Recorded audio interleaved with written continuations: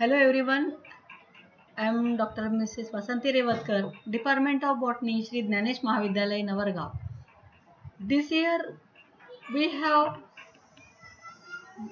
in the semester this year in the BSc semester 5 we have discipline specific elective paper. In our college we have selected economic botany. Like another years, it has also 4 units. Unit 1 contains definition and scope of economic botany. Second point is origin, distribution, botanical description, brief idea of cultivation and uses of following food yielding plants. In food yielding plants, there are cereals, rice, wheat, maize and jawar. There are legumes and pulses also. In the legume and pulses, there are gram, then pigeon pea, lentil, pea, then green gram, black gram, then lentil again, etc. These are the terms. Unit 2 contains origin, distribution, botanical description, brief idea of cultivation and uses of the following. It contains vegetable, sugar and fruit yielding plants. In vegetable, there are potato, tomato, brinjal, onion and chilies. Then sugar, that is sugarcane, and third or fourth one is fruits, which contain mango as well as papaya. It has also third unit, which consists of origin and distribution, botanical description, brief idea of cultivation and uses of following oil yielding plants and wild edible fruit plants. Oil yielding plants contains groundnut, mustard, sesame, then soya bean, coconut and linseeds. Wild edible fruits contain temburni, saroli and jambur. 4 units consist of origin, distribution, botanical description, brief idea of cultivation and uses of following fiber yielding and forage yielding plants. Fiber yielding plants contains cotton, jute, sun hemp, sesame hemp and flax. Then forage, it is the lucerne, then fenugreek and cowpea. Now we are coming back to the unit number 1, which contains the contents of this unit 1 is definition of economic botany, scope of economic botany, origin, then distribution, botanical description, cultivation and uses of the following cereals, which are rice, wheat, maize and jawar. Now of these four we will study one by one. First of all, introduction and definition of economic botany. Economic botany is the study of relationship between people and plants. Economic botany intersect many fields including established disciplines such as agronomy, anthropology, archaeology, chemistry, phytochemistry and horticulture. Scope of economic botany.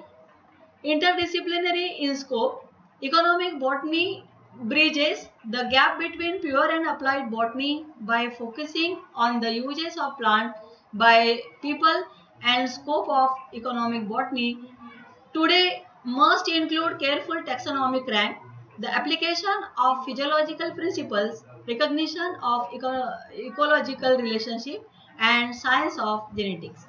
Economic botany documents the rich relationship that has always existed between plants and people around the world, encompassing the past, present, and potential use of plant. Economic botany consists of these fruits, then there are flowers, cereals, then vegetables, and so many fruit plants, vegetable fruits, this is. It also contains cereals, millets, legumes and nuts. Now of them, there are 4 cereals we have to study. Of them, rice, we are now going to elaborate or study the rice. The botanical name of the rice is Oryza. It is the Oryza, genera Oryza, genus Oryza. Cereal grain description. Rice is the seeds of grass Oryza which has 24 species. Of them, only 2 species are cultivated, that is Oryza glaberrima and Oryza sativa. These are cultivated, and another 22 species are wild.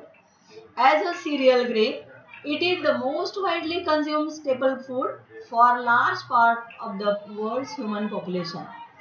Commodity with third highest worldwide production after sugarcane and maize, especially in Asia and Africa country.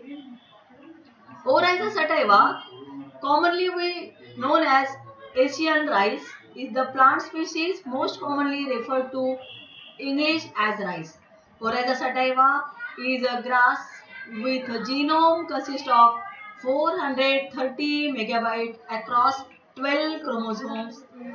It is renowned for being easy to genetically modified and is a model organism for cereal biology.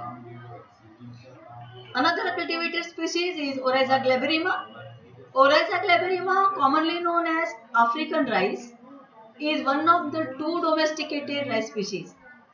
As we have seen earlier, Oryza sativa is also one of the cultivated species, and second one is the Oryza glaberrima.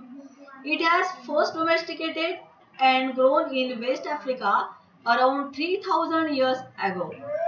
It is now rarely sold in West Africa, African markets, having been replaced by Asian strain. It is commonly called as brown rice also. Then rice can come in many shapes, colors and sizes. These are brown rice. This is like sago. This is white rice, and this is green rice. There are so many varieties of rice. They are different in shapes, colors and size also. Origin: all the rice varieties of Asia, Europe and America belong to Oryza sativa. The chromosome number 2n is equal to 24, that is n is equal to 12, while many cultivated varieties of West Africa belonging to Oryza glaberrima. Oryza sativa has probably originated in the south and southeast tropical Asia, where the greatest diversity of cultivated form occur. Around 13 to 15,000 years ago, domesticated. Origin is India and Indochina. The common wild rice occurring in the rice fields in India is Oryza sativa variety Fatua, which is believed to be the immediate progenitor of cultivated rice. Probable origin of rice. Oryza sativa has probably originated from the wild rice by mutation and selection. This is Gondwana land, and we know Gondwana. Our university is situated in the Gondwana region also. This is Asian rice and this is African rice. Asian rice is white rice, and African rice, as we have described earlier, is the brown rice. Then paddy grain found during the excavation of Hastinapur in India around 1000 to 750 BC, considered as the oldest sample of the world. Southwest Himalayas has various types of varieties and indicated probably center of origin. De Candolle in 1886 and Watt in 1862 mentioned South India is the center of rice origin. Vavilov suggested that India and Myanmar should be regarded as the center of origin of the cultivated rice. According to D. Chatterjee, in 1948, there are altogether 24 species of genus Oryza, of which 21 are wild and 2 are cultivated, that is, which is Oryza sativa and Oryza glaberrima are cultivated. Oryza sativa is grown in all rice growing areas, but Oryza glaberrima is confined to West Africa only. Thus, indicated that there might have been two centers of origin of our cultivation, that is Southeast Asia and West Africa. In uh, in 19th century, Borobudur described rice barn, that is the hut, and rice plant being infested by mouse pestilence. Rice farming has a long history of in Indonesia also. This is all about the morphological. These are the parts of rice plant. It is fully grown plant. These are the roots of plant. Then this is seed bright, that is the seed of this leaf. It is inflorescence, then leaf, and this is around seed rod. Some diseases are there. This is life cycle of plant. Stages of cultivation of rice plants. First, when this is replantation, after plantation, then it is a fully grown rice plant and it is ready to harvest. Morphology. Botanical name is Oryza sativa, family Poaceae, and we can. This is just now. Uh, this is the rice seed, and the rice plant is now in the seedling form. It is well-grown rice plant. This is all about inflorescence. It is commonly called as the spikelet inflorescence, in which one spikelet is a, we have seen here. These are the pilia, then bob, that is lemma. This is they are laudicles, then carpel, and then two feathery stigmas are there, and they are the stamens. Six stamens are there. It is carpel, stamen, laudicles, pilia, lemma, and sterile lemma. These are the part of this spikelet inflorescence. Spikelet part of inflorescence. It is the panicle, and panicle nothing but the group of spikelets, and this inflorescence is the part of that. This is lemma, then cilia, outer inner. This is the six stamens are there, and this is gynoecium, ovary, and two feathery stigma. Style is very short here. Expanded spikelet, we can see very clearly. It is the magnified view of these. They are six stamens, and this is the feathery stigma, which we have already described. It is rice grain, and this is endosperm part. It is embryo. This is bran, lemma, all that things. This is the rice grain. Then processing of this rice. The first of all, first the first part of the processing is the harvesting. Paddy is harvested when the moisture content of the plant is around 20 to 25%, cut with sickle and left in the field for few days to dry. Then threshing. After about a week, by beating the plant against wooden or long stick, by tramping or bullocks. Also we can thresh it out by mechanical threshers. Then winnowing. Grain is separated from chaff by hand or by winnower. Then rough rice or paddy or grain so obtained is cleaned and dried in the sun on concrete floor. Then shelling or hulling is done for removing hull or husk in which the kernel is enclosed.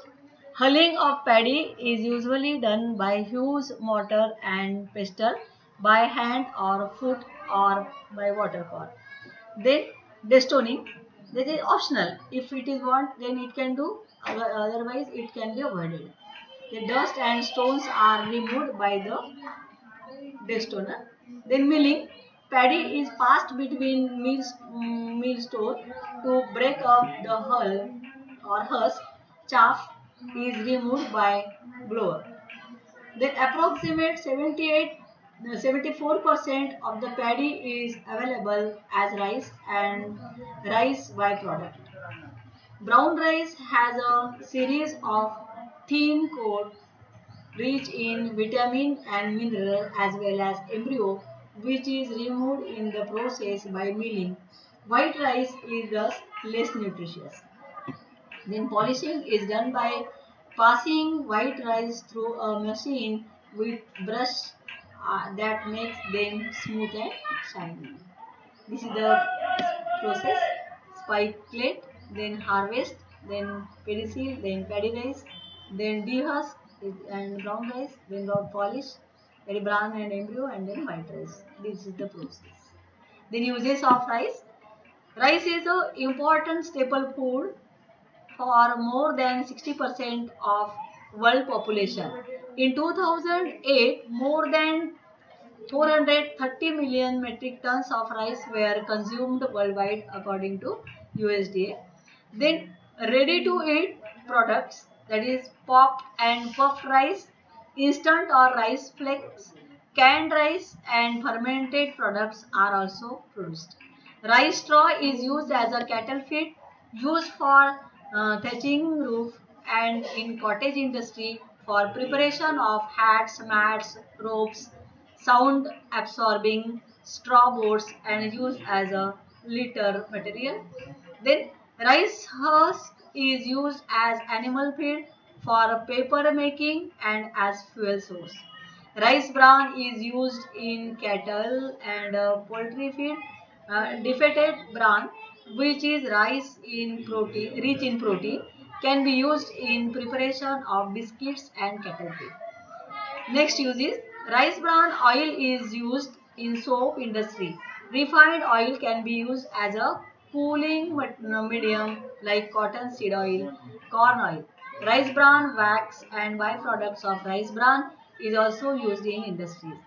Then next and the last use is broken rice is used for brewing and distillation of alcohol product. Thank you very much.